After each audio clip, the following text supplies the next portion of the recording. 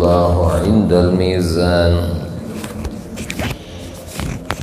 حسبي الله عند الصراط حسبي الله لا إله إلا هو عليه توكلت وإليه أنيب. Alhamdulillah.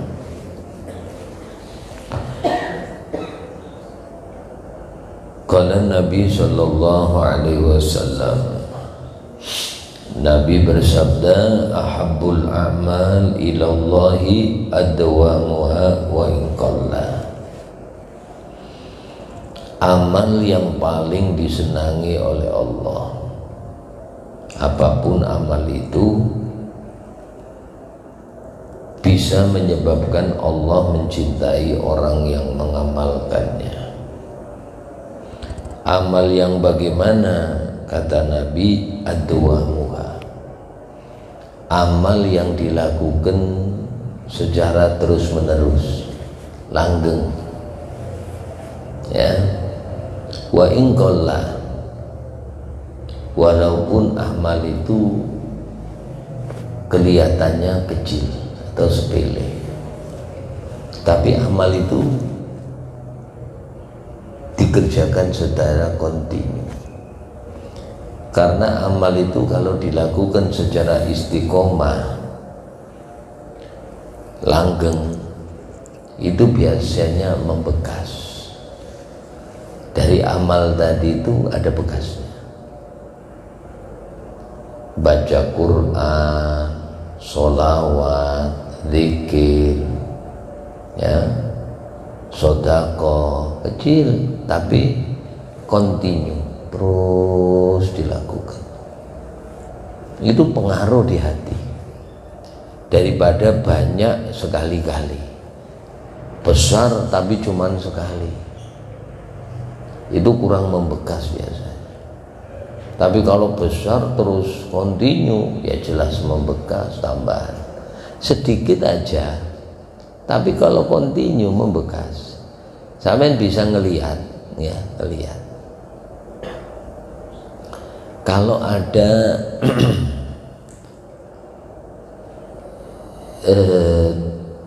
talang atau gerojokan rumah yang kadang-kadang airnya itu bocor, netes, tes, enggak besar, cuman tes. Itu sampai lihat di bawahnya, biar cor-coran, sudah dicor ini, aspal enggak, tapi kalau ketetesan air terus, walaupun kecil, pasti di bawah yang ada airnya tadi lubang. Makanya ada ceritanya Ibnu Hajar, anaknya batu. Ibnu Hajar ini kenapa sampai julukin? Karena dulu waktu mondok ndak hafal-hafal, ngaji itu nggak hafal-hafal, jadi putus asa, pulang aja dah, apa ngaji ndak hafal-hafal.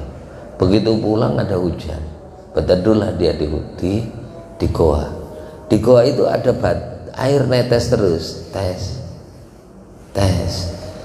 Ternyata subhanallah di tetesan air tadi ada bekas yang dalam, batu cuman lubang, kayak dipukul lubang gitu. Dia merenung, ini batu aja yang kaitannya keras, ditetesin air kecil tapi terus menerus bisa lubang. Bagaimana dengan otak yang lunak gini, masa dipakai belajar terus ndak bisa pinter-pinter. Akhirnya kembali lagi ke pondok, ya.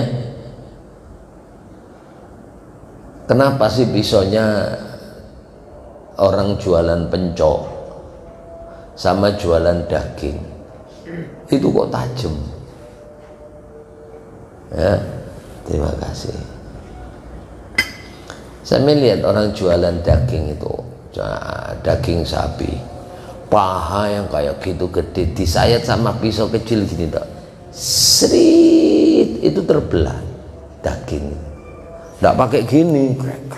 Enggak, dia cuma jalan gini tak, srit, paha itu langsung terbuka, serit lepas, potong-potong serit. Nah lihatin, setelah dia motong-motong daging, di sampingnya itu ada asahan, batu asahan. Dia tidak gosok lama 1 jam 2 jam, enggak, cuman mungkin tidak sampai 1 menit, cuman gitu, set sama besi batu tadi, seret, set, serit, serit, gesekannya sebentar tapi kontinu, ada bekasnya. Asahan yang sejenak dilakukan secara terus menerus itu membuat pisau sangat tajam. Amal orang kontinu terus, walaupun sholat duha sekedar 2 rakaat, tapi dilakukan setiap hari 2 rakaat terus bertahun-tahun, itu lebih berpengaruh dibanding orang yang sholat duha 12 rakaat cuman seminggu sekali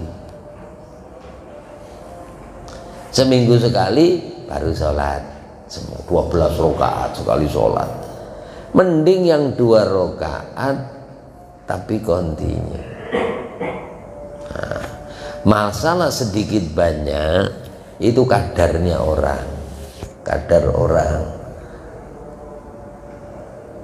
duit 10.000 bagi orang yang tidak mampu itu banyak, bagi orang kaya duit 1 juta itu sedikit, ya. Apalagi orang yang tidak pernah ngelihat duit, Bu.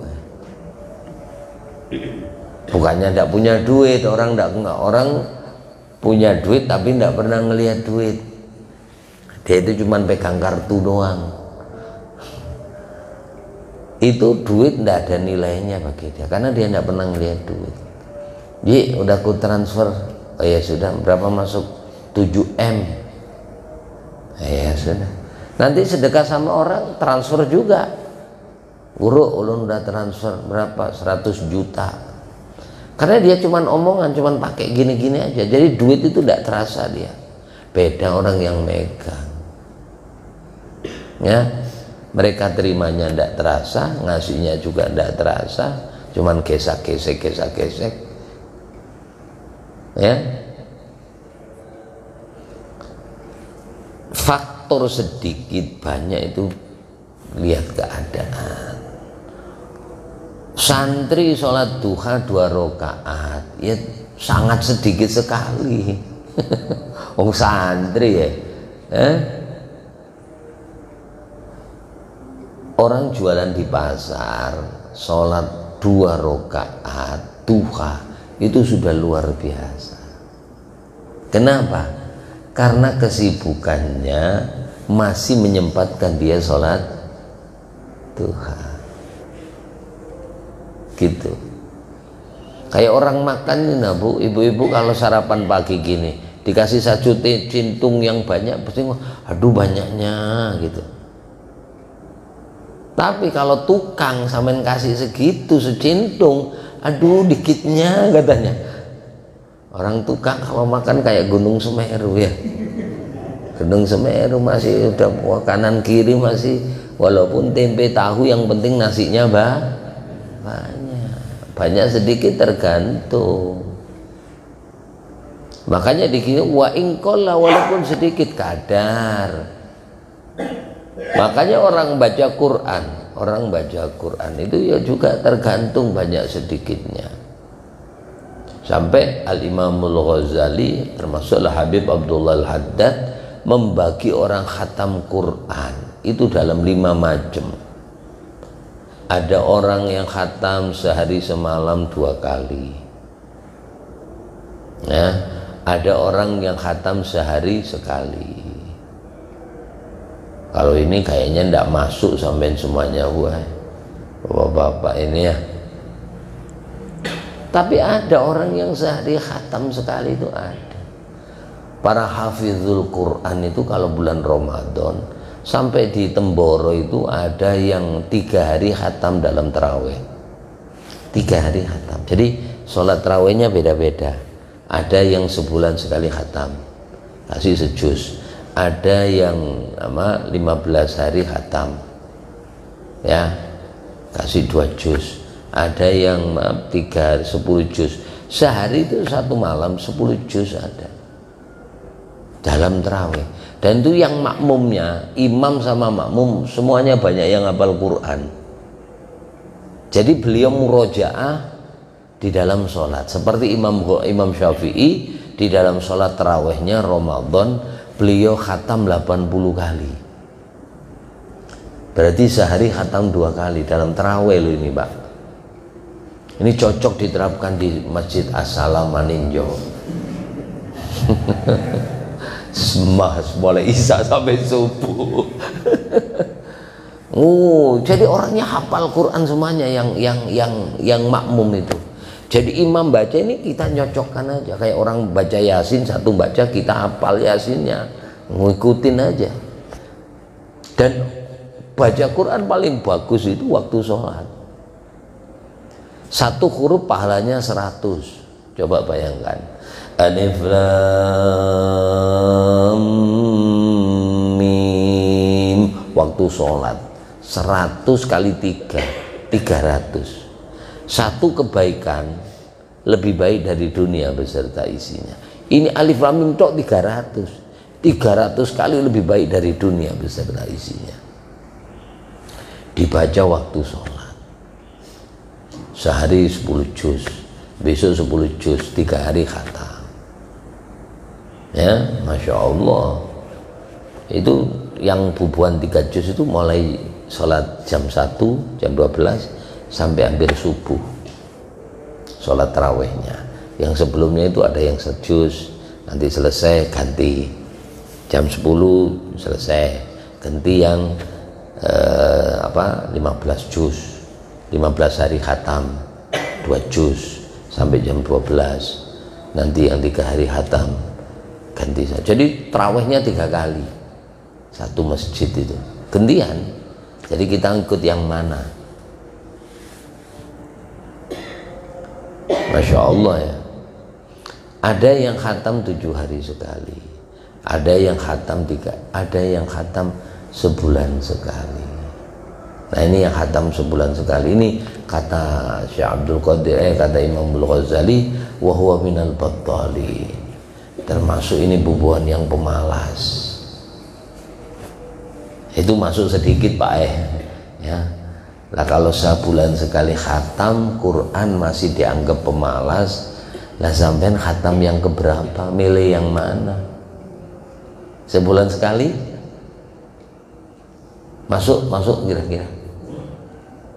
Nggak masuk. Wah ini bukan batolin lagi, minal kolerin, bubuhan pengolernya, pemalas kita ini. Jadi amal itu pun gitu. Orang baca selawat masing-masing. Mungkin seseorang yang 500 kali sehari itu sudah banyak. Ada yang sehari 1000, ada yang sehari 5000. Penting istiqomah. Wah, kalau saya kalau selawat enggak pernah dihitung. Kenapa enggak dihitung? Memang enggak ada yang dihitung. Ini yang bahaya ini. Ya kadang-kadang baca, kadang-kadang tidak. Jangan. Penting istiqomah 100. Tapi tiap hari pengaruh. Makanya ada satu orang ketika haji, ya, hajinya orang ini tidak baca doa. Tawaf itu baca selawat, sallallahu ala Muhammad, sallallahu ala Muhammad, sallallahu ala Muhammad. Sa'i juga gitu, sallallahu ala Muhammad, sallallahu ala Muhammad. Nois pokoknya tawaf, sa'i, wukuf, bacanya selawat terus. Jadi Imam Sufyan Tsauri mengikuti di belakangnya. Ini aneh anak ini. Ini maqamul mustajabah, tempat-tempat mustajab. Kalau orang doa tidak ditolak sama Allah. Kata Nabi, khamsud da'awat la turaddu fihin. Ada 5 doa yang tidak ditolak oleh Allah. Dalam hadis yang lain, arba'u da'wat la turad. Ada 4 doa yang tidak ditolak. Doawatul hajj, doanya orang haji sampai pulang. Kemudian dakwatul ghazi hatta yasdura, sampai dia kembali lagi juga. Lah ini orang tidak baca doa, cuman sholawat terus sampai proses ibadah haji selesai. Imam Sufyan bertanya, "Nak, aku heran sama kamu, kenapa? Ndak tak perhatikan semenjak aku ngelihat kamu ini, kok tak liatin baca sholawat terus, ndak ada perubahan yang lain, doa ini kan." Anak ini bertanya, "Terus sampean siapa kok nanyain aku?" "Oh, aku Sufyan Tsauri." "Wahai bapak, seandainya sampean bukan Sufyan Tsauri yang sudah ku kenal nama sampean, walaupun saya tidak ketemu sampean."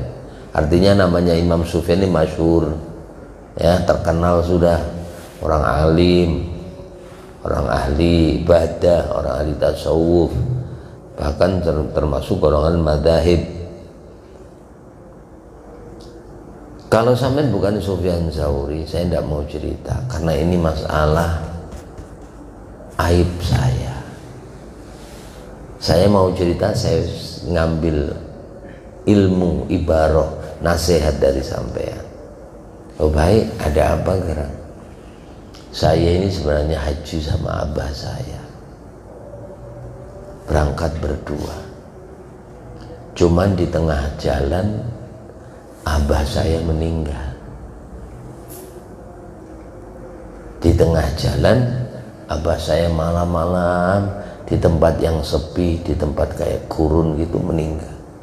Ketika kulihat wajahnya, taghayyara laun wajhi, abah saya ini berubah wajahnya. Tak lihat wajahnya kawajhil himar, kayak wajah keledai." Makanya orang mati itu beda-beda loh ya. Nggih. Yakfikal mautu ibrah fa innahu a'dhamul mawaid. Cukup kematian itu nasihat bagi kalian. Ada orang yang ketika meninggal, Bu, badannya harum betul.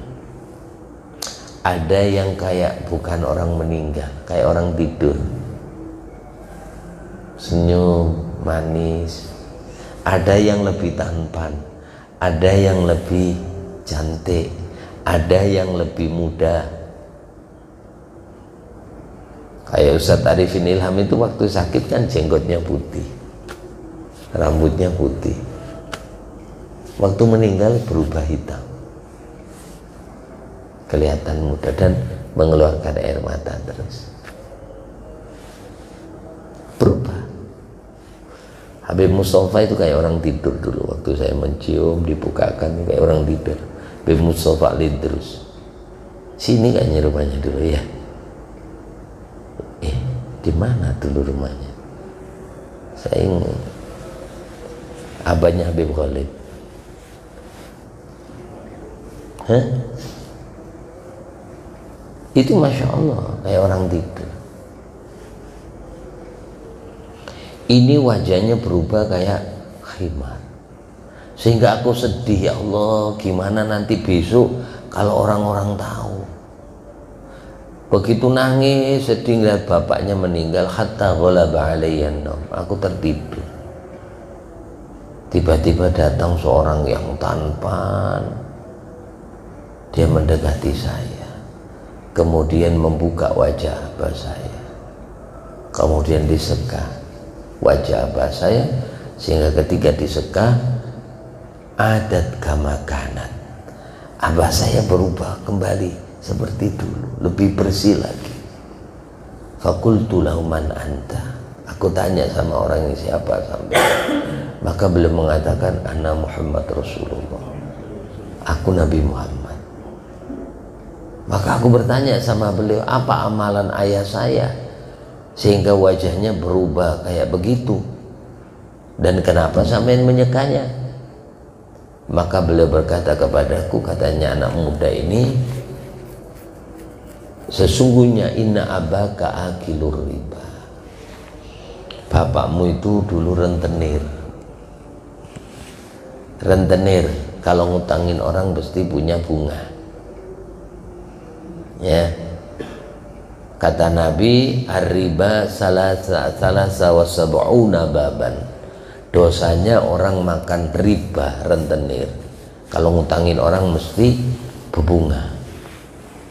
Jadi amal itu sebenarnya yang paling enak bagi orang kaya, ngutangin orang, tapi tidak berbunga. Karena selagi orang itu belum bayar, dosanya yang ngutang ini terus diampuni oleh Allah. Terus sampai orang itu bayar, ya, sampai orang itu bayar. Dan ngutangin orang itu pahalanya 18 kali lipat pahala orang bersedekah. Kok gitu? Sebab kalau kita sedekah sama orang, belum tentu orang yang kita kasih itu orangnya butuh, ya, belum tentu. Sampai mau ngasih saya beras 2 karung 3 karung kan banyak, kalau senang ya dikasih, terima kasih gitu dah. Di rumah saya ada 20 karung. Kira-kira maaf, sodako itu tidak ada susahnya. Sampai sodako sama Nabi Sulaiman umpamanya tetap maaf dapat pahala, walaupun Nabi Sulaiman orang terkaya di dunia. Sodako tidak ada yang tidak bagus, kepada siapa aja bagus. Tapi maaf, sampean kasih ya alhamdulillah. Orang kaya sampean sedekah ya ndak kaget, terima kasih. Tapi beda sama orang yang utang. Orang utang itu ndak boleh utang kalau ndak butuh. Sebab utang itu hamun billail, bikin susah waktu malam, khaufun bin nahar. Kalau ketemu orang yang ngutangin takut. Habis itu kalau mati ndak bisa masuk surga. Kenapa? Karena utang itu mengikat dia. Innal mu'min mu'allakun bidaini. Orang mukmin tidak bisa masuk surga gara-gara utangnya dia. Diselesaikan dulu urusannya di akhirat, entah pahalanya dia dikasihkan ke orang itu, ya kalau gitu. Kalau enggak usah utang. Kalau enggak ada nganggur-nganggur kepingin utang, jangan. Memang butuh utang, nah, gitu. Jadi pahalanya 18 kali lipat dari sedekah. Tiba-tiba paling kecil kata Nabi dari 73 dosanya orang yang rentenir, adna paling kecil diambil dosanya. Mislu ayyangki harrojulu ummah, seperti seorang anak yang menikahi ibunya. Kan menikahi bukan sekedar satu, menikahi ibunya udah haram, apalagi sampai menyetubuinya. Ya kalau itu dosanya riba paling kecil. Terus tanya, lah kenapa sampai datang ya Rasulullah? Oh, nah ini sejelek-jelek orang pasti punya kebaikan. Sebaik-baik orang masih punya keburukan. Nah, gitu loh. Sebaik apapun orang pasti punya kekurangan, dan seburuk-buruk orang pasti punya kebaikan. Makanya kalau ditanya orang mati, masalah orang masyadu ala anna hadzal mayyit min alil khair, cari kebaikannya.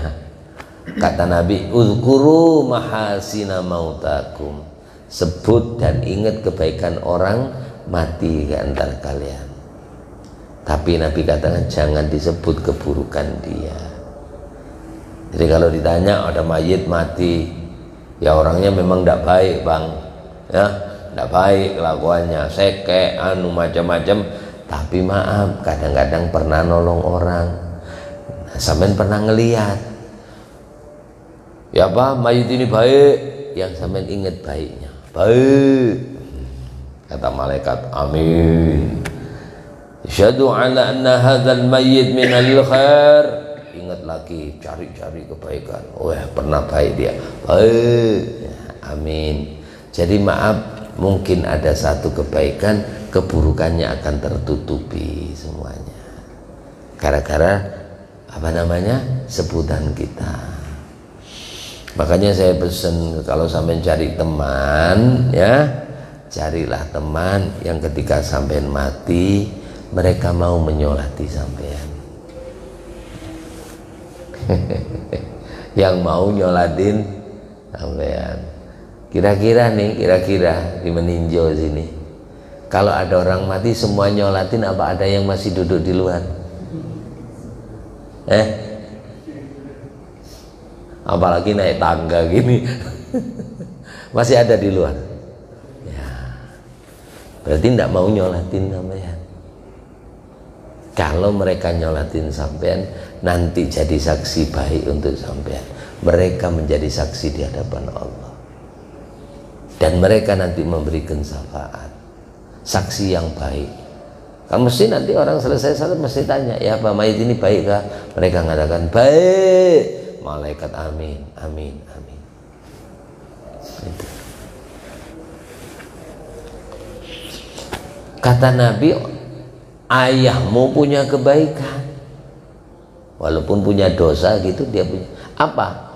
Sesibuk apapun orang tuamu, dia kalau mau tidur dia bersolawat kepadaku, kata Nabi, 100 kali. Loh, amalannya cuma 100 itu tidak selawat. Lalu tidur ngantuk, payah, letih dari bepergian, dia tidak tidur kecuali selawat dulu sama Rasulullah. Ya, nah selawatnya ini yang menyebabkan dia ketemu sama Rasulullah. Inna aulan nasibi aktsaruhum alayya salatan. Orang yang paling dekat sama aku, orang yang banyak selawatnya sama aku. Masalah selawat aja dia dekat, connect sama Nabi, ibarat SMS terus. Sehari saya SMS sama Rasulullah 100 kali. Selawat itu kan gitu. Inna sholatakum ma'rudatun alayya. Selawatmu itu tiap selawat diaturkan kepadaku.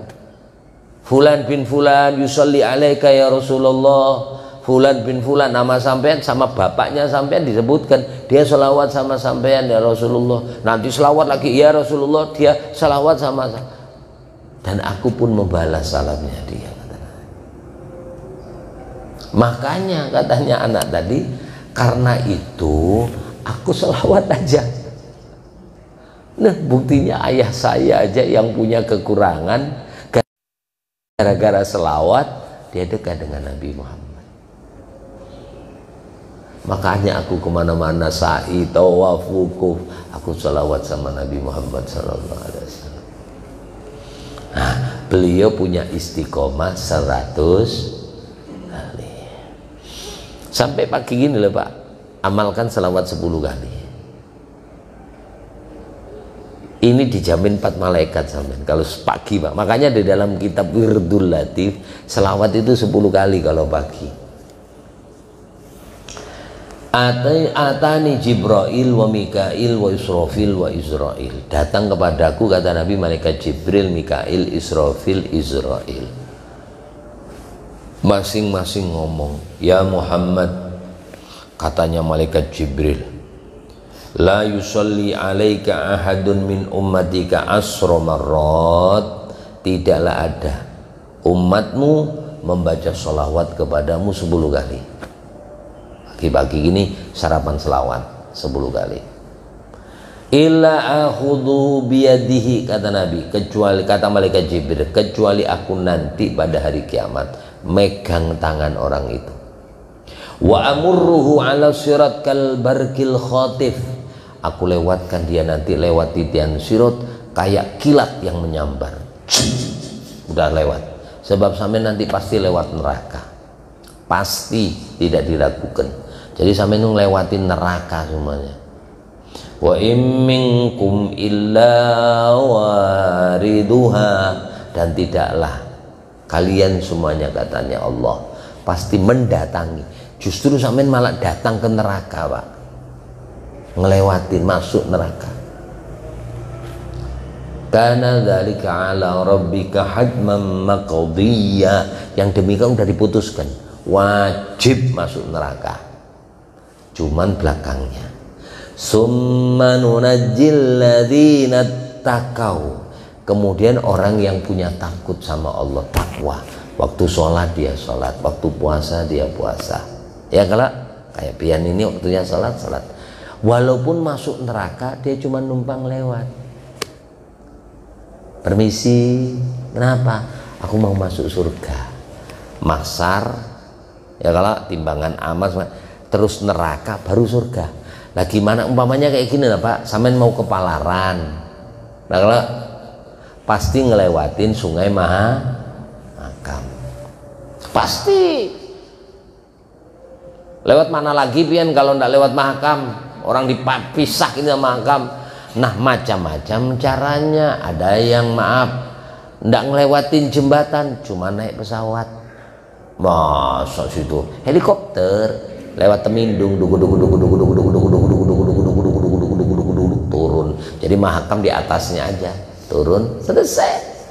Ada yang naik mobil lewatin jembatan.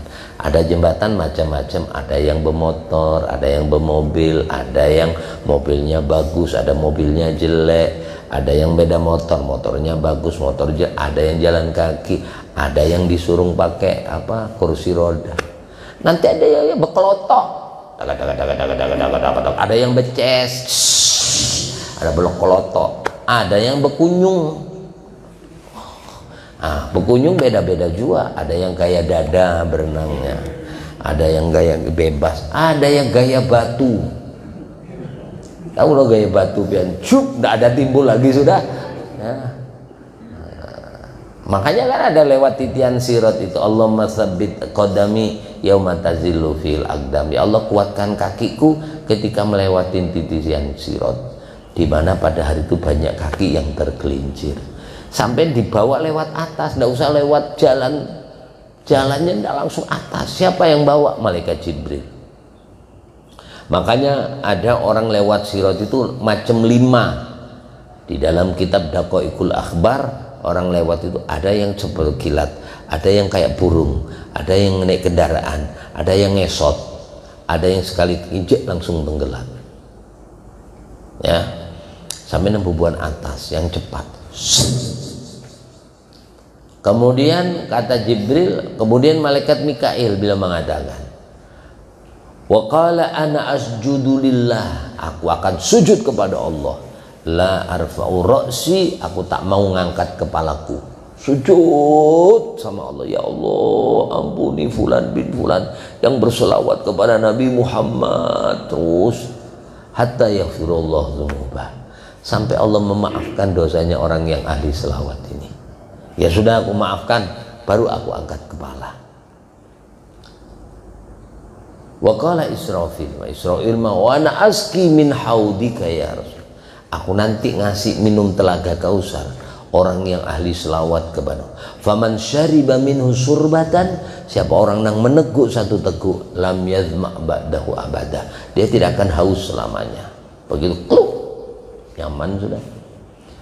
Kemudian malaikat pencabut nyawa mengatakan, wa ana aqbidu ruhahu kama qabattu arwahal anbiya wal auliya.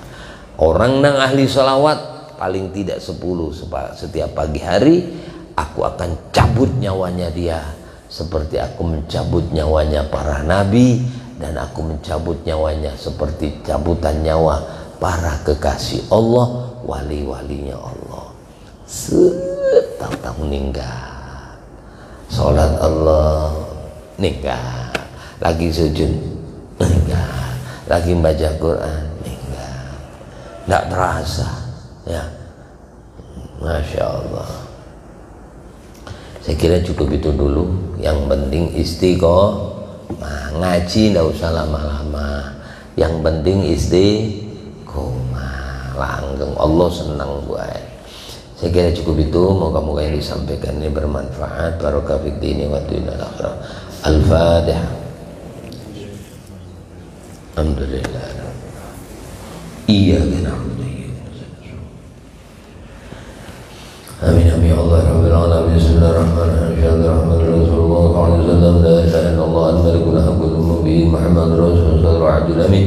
اللهم انفعنا ما علمتنا وعلمنا بما ينفعنا اللهم اغفر لنا ذنوبنا ولوالدينا يا رب العالمين اللهم اختم لنا حسن الخاتمة عند أجل قول لا إله إلا الله محمد رسول الله عليه وسلم ربنا آتنا في الدنيا حسنة وفي الآخرة حسنة وقنا عذاب النار صلى الله عليه وسلم الحمد لله رب العالمين بسم الله الرحمن الرحيم لا إله إلا الله الموجود في كل الزمان لا إله إلا الله المعبود في كل مكان لا إله إلا الله المذكور بكل لسان لا إله إلا الله المعروف باللسان لا إله إلا الله كل يوم وبيزان لا إله إلا الله الأمن الأمان من زوال الإيمان ومن فتنة الشيطان